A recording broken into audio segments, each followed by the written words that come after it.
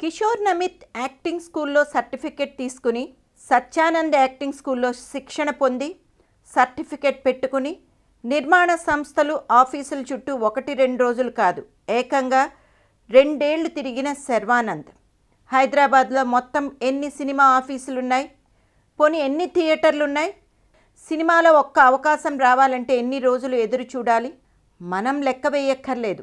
వాటినన్నిటినీ తడుముకోకుండా జవాబిస్తాడు శర్వానంద్. 2 ఏళ్ల పాటు అతను తిరగని సినిమా ఆఫీస్ లేదు, కలవని నిర్మాత లేడు, చేయని ప్రయత్నం అంటూ లేదు. తీరా మంచి సినిమాలు వచ్చేసరికి సినిమాలకే దూరం అవుదాం అనుకున్నాడట.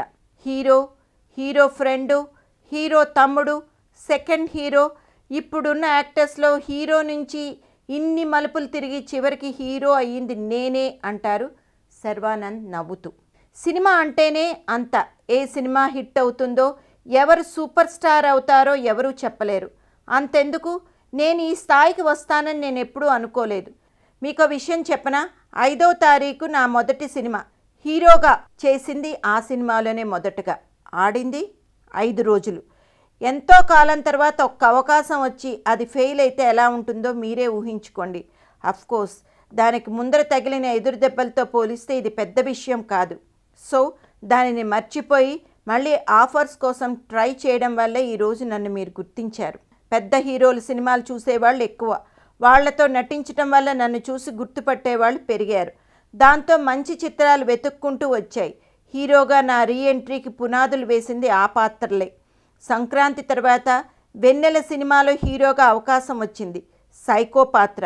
నేను అన్ని రకాల పాత్రలు చేయగలనని నిర్మాతలకు నమ్మకం కలిగించిన సినిమా అది. ఆ తర్వాత అమ్మ చెప్పిందిలో మానసికంగా ఎదగని కుర్రాడి పాత్ర. నేను చేసిన వాటిల్లో చాలా కఠినమైనది అదే. గమ్యంతో నా కెరియర్ పూర్తిగా మారిపోయింది. నిజానికి ఆ సినిమా పూర్తి అవ్వగానే కొన్నాళ్ళు అమెరికా వెళ్ళిపోయా. ఎందుకునో నా కెరియర్ నేను అనుకున్నట్లుగా ముందుకు వెళ్ళటం లేదు అనిపించింది. సినిమాలకు దూరం అవ్వాలి అనే ఆలోచన వచ్చింది. ఆ సమయంలో నేను చాలా టెన్షన్ ఫీల్ అయ్యేవాడిని. అందుకే అలా ఆలోచించి ఉంటాను అని ఇప్పుడు అనిపిస్తోంది. గమ్యం ఇచ్చిన కిక్కులో ఒత్తిడి, నిరాశ అన్నీ ఎగిరిపోయాయి అన్నారు సక్సెస్ఫుల్ హీరో శర్వానంద్.